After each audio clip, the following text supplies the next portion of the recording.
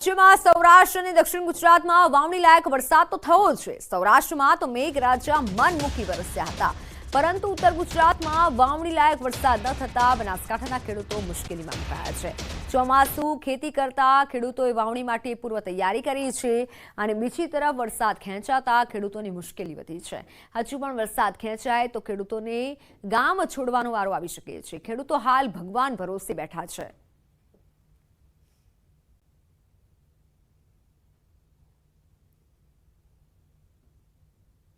વરસાદ વરસે તો સાહેબ ખેડૂતનો હારવા, બાકી તો ખેડૂતો અહીંથી હવે ગામ છોડવા માટે તૈયાર થયેલા છે। અમારા પશુપાલન સાહેબ તમે જુઓ તો પાણી હારું ટરવડે, પશુપાલન જિલ્લાને લગભગ વર્ષ થઈ ગયું છે। ક્યાંથી જિલ્લાનો પાણી હોય તો જિલ્લાનો પાવાનું પાણી નથી, જિલ્લાનો ક્યાંથી, એટલે હાલ ઢોર અમારો પશુપાલન કરવલી રહ્યું હોય તો મહેરબાની કરીને વરસાદ થઈ જાય તો સારું હોય, નહીતર કાંઠો કોમે અમારે પીવા પૂરતું પાણી ખાલી આવે બોરની અંદરથી, બીજું ખેતી લાયક નથી। પશુને પણ ચારિયોનું બીજે પાવારો કાંઠો હોય, આ એવી રીતે પરિસ્થિતિ છે। વરસાદ ના આવે તો કાંઠો કોમે। બનાસકાંઠા જિલ્લામાં વરસાદ ના આવતા ખેડૂતોના હાલ બેહાલ થયા છે। આપને દ્રશ્યો બતાવીશ। આ ધાનેરા વિસ્તારના ખેડૂતોના ખેતરો છે કે જે વરસાદની કાગડોળે રાહ જોઈને બેઠા છે।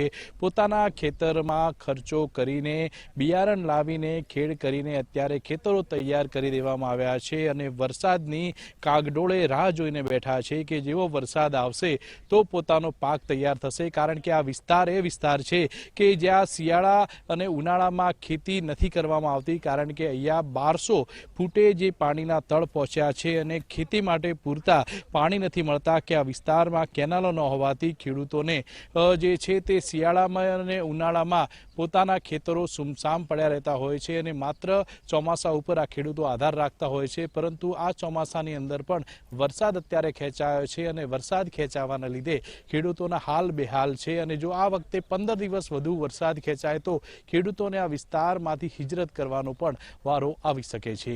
કિશોર તુવર, ન્યૂઝ 18 ગુજરાતી, બનાસકાંઠા। સીએમ ભૂપેન્દ્ર પટેલે ખેડા મામલતદાર કચેરીની ઓચિંતી મુલાકાત લીધી હતી અને તે બાદ આ બદલીઓનો દોર શરૂ થયો છે। કલેક્ટર અમિત પ્રકાશ યાદવે આ બદલીઓના આદેશ કર્યા છે। રવિવારની રજાના દિવસે આદેશ કર્યા છે, જેમાં મહેસૂલ, પુરવઠા, મહેસૂલ, ઈ-ધરા સહિતના નાયબ મામલતદારોની બદલીઓ કરાઈ છે। લોકસભાની ચૂંટણીમાં જોડાયેલા નાયબ મામલતદારો સિવાયના તમામને તાત્કાલિક બદલીની જગ્યાએ હાજર થવા સૂચન કર્યું છે। ચૂંટણીમાં જોડાયેલા નાયબ મામલતદારોએ 1 જુલાઈ સુધીમાં હાજર થવા માટે સૂચન કરાયું છે। 2 દિવસ પહેલા કલેક્ટરે પણ મહુધા મામલતદાર કચેરીની ઓચિંતી મુલાકાત લીધી હતી। 80 નાયબ મામલતદારોની બદલી કરવામાં આવી છે। આ મહત્વના સમાચાર, જ્યાં 80 નાયબ મામલતદારોની બદલીના આદેશ અપાયા છે। મહેસૂલ, પુરવઠા સહિતના મામલતદારોની બદલી કરાઈ છે। તાજેતરમાં જ સીએમએ પણ ઓચિંતી મુલાકાત લીધી હતી, ખેડા મામલતદાર કચેરીની ઓચિંતી મુલાકાત લીધી હતી અને ત્યારબાદ આ નિર્ણય કરાયો છે। મહેસૂલ, પુરવઠા, ઈ-ધરા સહિતના મામલતદારોની બદલીના આદેશ અપાયા છે। ઓનલાઈન પર સંવાદદાતા ઉમંગ જોડાઈ ચૂક્યા છે। ઉમંગ, મામલતદારોની બદલીના આદેશ આપવામાં આવ્યા છે, જો કે થોડા સમય અગાઉ સીએમએ પણ ઓચિંતી મુલાકાત લીધી હતી। ચોક્કસથી મિત્ર, વાત કરવામાં આવે તો ખેડા જિલ્લાની ખેડા કલેક્ટર દ્વારા આજે 80 જેટલા નાયબ મામલતદારોની બદલી કરવામાં આવી છે। વાત કરવામાં આવે તો થોડા સમય પહેલા મુખ્યમંત્રી ભૂપેન્દ્રભાઈ પટેલે ખેડા મામલતદાર કચેરીની ઓચિંતી મુલાકાત લીધી હતી। તેના પ્રાંત અને મામલતદાર કચેરીના 6 થી વધુ નાયબ મામલતદારોની બદલી કરવામાં છે। ત્યારે બીજી તરફ જિલ્લા કલેક્ટરે 2 દિવસ પહેલા મહુધા મામલતદાર કચેરીની ઓચિંતી મુલાકાત કરી હતી। ત્યાંના પણ 4 જેટલા નાયબ મામલતદારની બદલી કરવામાં છે। કુલ જિલ્લામાં 80 જેટલા નાયબ મામલતદારની બદલી કરવામાં આવી છે અને આ બદલી કરતા જે નાયબ મામલતદાર હડપંપ કરવામાં આવ્યું છે। જી મિત્ર। જી બિલકુલ ઉમંગ, આભાર માહિતી બદલ।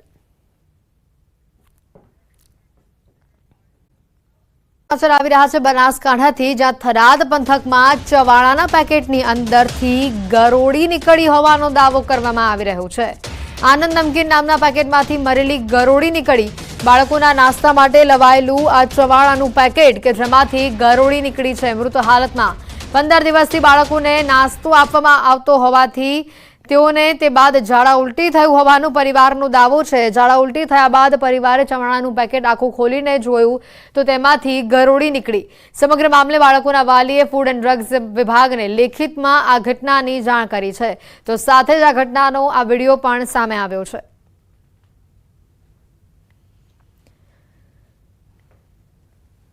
થરાદથી આ ઘટનાના ચોંકાવનારા દ્રશ્યો સામે આવ્યા। બાળકોને ઝાડા ઉલટી થયા બાદ આખી આ ઘટનાનો ખુલાસો થયો કે જ્યાં બાળકોના નાસ્તા માટે ચવાણાનું પેકેટ લાવવામાં આવ્યું હતું અને આ પેકેટની અંદરથી મૃત ગરોળી નીકળી છે। આ નાસ્તો કરતા ચવાણું ખાતા બાળકોને હાલ ઝાડા ઉલટીની સમસ્યા થઈ હોવાનું પણ સામે આવ્યું છે। જોકે પરિવારે ફૂડ એન્ડ ડ્રગ્સ વિભાગને આ સમગ્ર ઘટનાને લઈને લેખિતમાં રજૂઆત પણ કરી છે। સાથે આ ઘટનાનો વિડીયો પણ સામે આવી રહ્યો છે। થરાદથી ઘટનાના આ દ્રશ્યો સામે આવી રહ્યા છે, જેમાં ચવાણાના પેકેટની અંદરથી મૃત હાલતમાં ગરોળી નીકળી છે।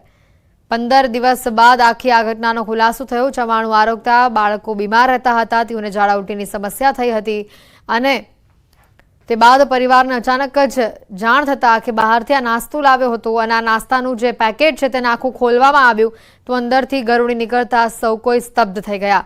જોકે હાલ આ ઘટનાનો વિડીયો પણ વાયરલ થઈ રહ્યો છે। સાથે આ વિડીયોને પુરાવા રૂપે ફૂડ એન્ડ ડ્રગ્સ વિભાગને પરિવાર દ્વારા લેખિતમાં રજૂઆત પણ કરવામાં આવી છે। વધુ માહિતી મેળવીશું। કિશોર ફોન લાઈન ઉપર સંવાદદાતા જોડાઈ ચૂક્યા છે। કિશોર, આ જે ઘટનાનો વિડીયો સામે આવી રહ્યો છે, જેમાં પેકેટની અંદરથી સ્પષ્ટપણે જોઈ શકાય છે કે મૃત ગરોળી નીકળે છે, વધુ માહિતી શું છે? ચોક્કસથી આ જે ઘટના છે તે થરાદ પંથકની છે। ત્યાં થરાદ પંથકમાં ચવાણાના પેકેટમાંથી આ ગરોળી નીકળી હોવાનો પરિવારજન દ્વારા દાવો કરવામાં આવ્યો છે। આનંદ નમકીન નામના પેકેટમાંથી આ મરેલી ગરોળી નીકળી છે।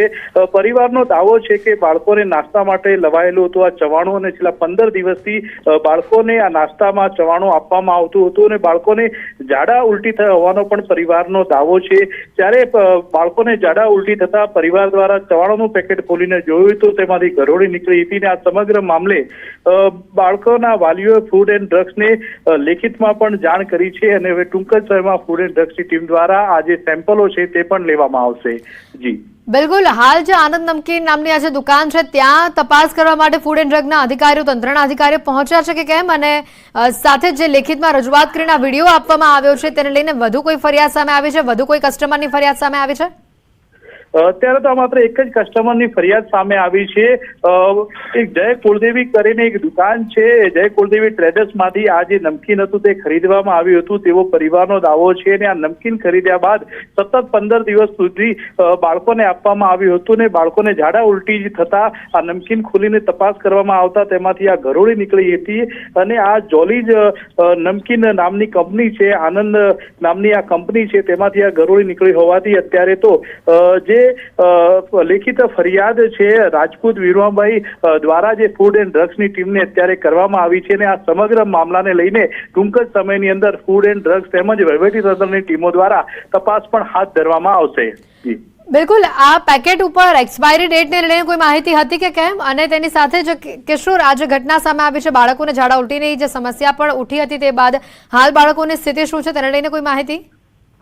ચોક્કસથી અત્યારે તો પરિવારજનો જોડે વાત થઈ, તેમનું કહેવું છે કે અત્યારે બાળકોને સારું છે, પરંતુ તારીખ 10/6/2024 રોજ કુળદેવી કરિયાણા સ્ટોર જે આવેલો છે થરાદ તાલુકાના પિલોડા ગામની અંદર, ત્યાંથી આ જે જોલીજ નમકીન જે છે તે ખરીદવામાં આવ્યું હતું। આ નમકીન તીખા મીઠા મિક્સ હતું અને તેનો ટીન નંબર C102 લખેલો હતો અને અત્યારે તો આ નમકીન પેકેટ ઉપર અત્યારે લાગી નથી રહ્યું કે આ નમકીન પેકેટ એક્સપાયર હોય અને તેના પર ડેટ પણ છે, પરંતુ મહત્વની વાત તો એ છે કે આ જે નમકીનનું જે પેકેટ છે તેમાંથી મરેલી ગરોળી મળી રહી છે, તેને લઈને પરિવારજનો દ્વારા ફૂડ એન્ડ ડ્રગ્સની ટીમને ફરિયાદ પણ કરવામાં આવી છે, પરંતુ હજુ સુધી વહીવટીતંત્રની એક પણ ટીમ ત્યાં પહોંચી નથી। ફૂડ એન્ડ ડ્રગ્સની ટીમનું કહેવું છે કે તેઓ ટૂંક સમયમાં ત્યાં પહોંચીને વધુ તપાસ હાથ ધરશે। જી કિશોર, આભાર માહિતી બદલ। અગાઉ પણ આવા જ પ્રકારના કિસ્સા સામે આવી ચૂક્યા છે, જેમાં જૂનો નાસ્તો નવા પેકેટમાં ભરવામાં આવે, એક્સપાયરી થયેલો નાસ્તો નવા પેકેટમાં ભરવામાં આવે, નાસ્તામાંથી વંદા નીકળે, દેડકા નીકળે, ગરોળી નીકળવાની ઘટના સામે આવે છે થરાદથી।